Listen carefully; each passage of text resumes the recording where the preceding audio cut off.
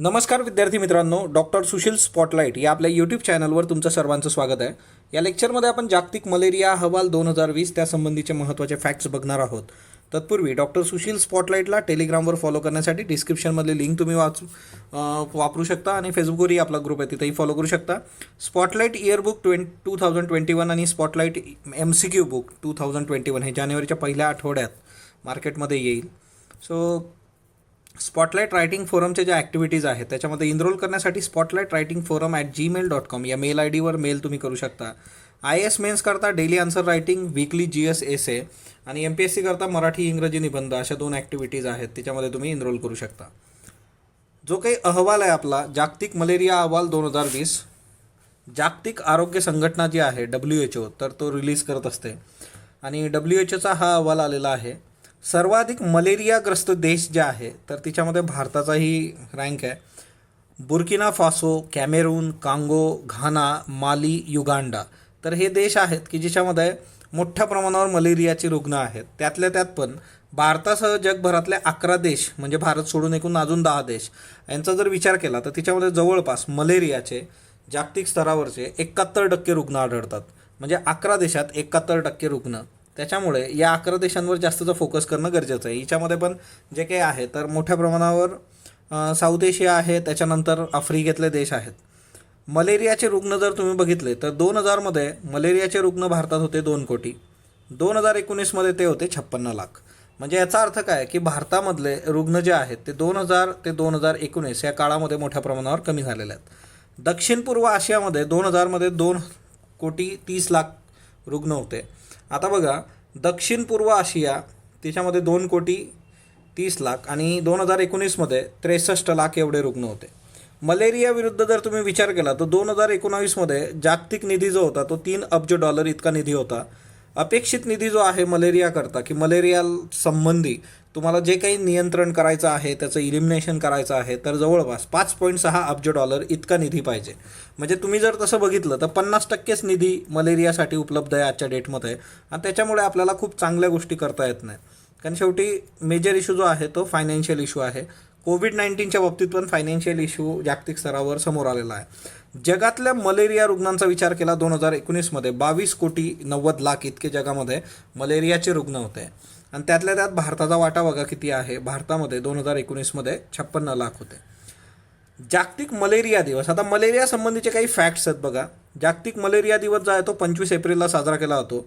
2020ची संकल्पना होती शून्य मलेरियाची सुरुवात माझ्यापासून, 0 मलेरिया स्टार्ट्स विथ मी. 2007 पासून 25 एप्रिल रोजी जागतिक मलेरिया दिवस साजरा करण्याचा निर्णय घेतला गेला.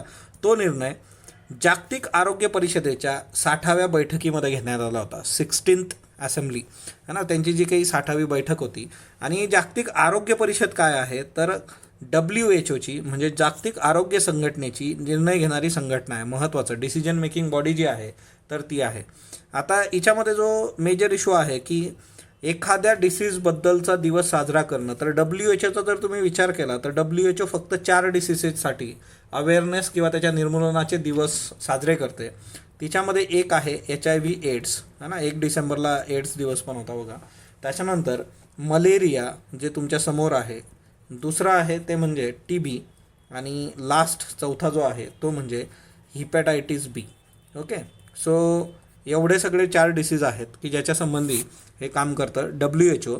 4 डिसीजेस संबंधीच फक्त दिवस साजरे करतं. तेवढं एक लक्षात ठेवाल फॅक्ट करता. मलेरियाच्या बाबतीमध्ये बेसिक काय आहे तर डासांमुळे होणारा हा एक ब्लड डिसीज आहे जो प्लास्मोडियम पॅरासाईटमुळे होतो. आता प्लाझ्मोडियम पॅरासाईट जे आहे ज्याद्वारे मलेरिया होतो तर ते 4 आहेत बघा. Plasmodium vivax, Plasmodium ovale, Plasmodium malariae आणि प्लाझ्मोडियम पाल्सिपेरम. तर हे 4 पॅरासाईट आहेत. या 4 पॅरासाईटमुळे हा होतो. ॲनाफिलस डासांच्या मादीमुळे मलेरियाचा प्रसार होतो. म्हणजे हे पॅरासाईट ॲनाफिलस डासाच्या मादीबरोबर इकडून तिकडं त्याचा प्रसार करतात. मानवाला त्यांनी म्हणजे डासांनी चावा घेतल्यानंतर मग त्याच्या रक्तातून तो जातो. That's why it is blood disease. भारतामधला मलेरिया नियंत्रणाचा कार्यक्रम जर आपण बघितला तर याची सुरुवात होते 1953 पासून. 1953 राष्ट्रीय मलेरिया नियंत्रण कार्यक्रम सुरू झाला होता आणि त्यावेळेस DDTचा वापर करून 5 वर्षात मोठ्या प्रमाणावर मलेरियाचे रुग्ण कमी करण्यात आले होते. 1958मध्ये राष्ट्रीय मलेरिया निर्मूलन कार्यक्रम हाती घेण्यात आला. बघा हा नियंत्रण होता आता हा निर्मूलन म्हणजे आधी कंट्रोलमध्ये आणायचा, नंतर इलिमिनेट करायचा. 1997मध्ये जागतिक बँकेच्या मदतीने मलेरिया नियंत्रण कार्यक्रमावर भर देण्यात आला. सो 1997मध्ये आपण जागतिक बँकेची मदत घेतली आणि हा कार्यक्रम पुढं सरकवला. 2003मध्ये मलेरिया नियंत्रण कार्यक्रम जो होता तो इतर व्हेक्टर बॉर्न डिसीजशी संलग्न करण्यात आला. म्हणजे व्हेक्टर बॉर्न डिसीजेस काय असतात की हे जसं डासांमुळे त्याचा फैलाव होतो, म्हणजे त्याच्यासाठी काहीतरी व्हेक्टर पाहिजे तुम्हाला. So national vector born disease control प्रोग्राममध्ये याला आणण्यात आलं 2003मध्ये. 2005मध्ये राष्ट्रीय ग्रामीण आरोग्य मिशन जे होतं, national rural health mission NRHM, तर याच्या अंतर्गत मलेरियासोबत इतर व्हेक्टर बॉर्न डिसीज पण जे होते तर ते नियंत्रित करण्याचा कार्यक्रम राबवण्यात आला. त्याच्यानंतर जे काही महत्त्वाचं एक स्ट्रॅटेजी आहे जे आजच्या डेटमध्ये आपल्याला विचारलं जाऊ शकतं, 2017 ते 2022 हा 5 वर्षाचा national strategic plan for malaria elimination.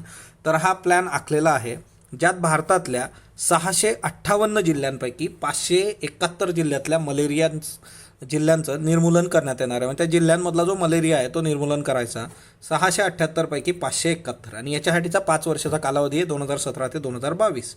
याच्याबरोबर दुसरं एक इनिशिएटिव्ह आहे ज्याचं नाव आहे मेरा इंडिया. मेरा इंडिया अंतर्गत 2030पर्यंत भारतातला मलेरिया मुक्त करायचं 2030पर्यंत. मलेरिया इलिमिनेशन रिसर्च अलायन्स, मेराचा जो काही फुल फॉर्म आहे तो malaria elimination research alliance India असा आहे. ICMRचा हा प्रोग्राम आहे. ICMRद्वारे मलेरिया नियंत्रणावर जे काही कार्यरत घटक आहेत त्यांना एकत्र करून त्याद्वारे काम करण्याचा यात प्रयत्न केला जातो. दुसरा एक पक्षी आहे बघा, बार्न स्वॅलो नावाचा पक्षी आहे. तर बार्न स्वॅलो जो आहे तर त्याचं जे चित्र आहे तर ते आपल्या टेलिग्रामला मी शेअर करेन. हिवाळ्यामध्ये भारतात येणारा हा स्थलांतरित करणारा पक्षी आहे जो स्पॅरो फॅमिलीशी, चिमणीसारखा पक्षी आहे.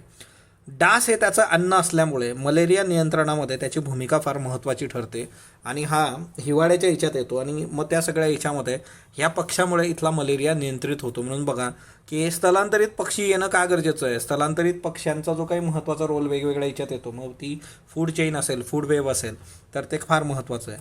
ओडिसा हे राज्य त्याच्या नाविन्यपूर्ण ध्येयांसाठी, उपक्रमासाठी ओळखलं जातं बघा. ओडिसाने भारतातलं पहिलं मलेरियामुक्त राज्य बनण्याचं ध्येय ठेवलेलं आहे, त्यामुळे ओडिसा पण एक आपल्यासाठी महत्त्वाचा ठरतो. आफ्रिका जे आहे तर आफ्रिकेने जगातली पहिली मलेरियाची लस आणली होती 25 एप्रिल 2019मध्ये. RTS या नावाची ही मलेरियाची जगातली पहिली लस आणली त्यांनी. 2017मधला जर तुम्ही आकडेवारी बघितली तर 93% मलेरियाशी संबंधित मृत्यू आफ्रिकेत झाले होते. म्हणजे आफ्रिकेतली त्याची भयानक परिस्थिती मलेरियाची. याच्यावर काही प्रश्न आहे बघा, त्या प्रश्नांची उत्तरं तुम्ही मला कमेंट बॉक्समध्ये सांगणार आहात. जागतिक मलेरिया अहवाल 2020 बाबत बिनचूक विधान निवडा. भारतात मलेरियाच्या रुग्णांची संख्या दिवसेंदिवस वाढत आहे. भारतासह 11 देशांमध्ये एकूण जागतिक मलेरिया रुग्णांपैकी 71% रुग्ण आढळतात.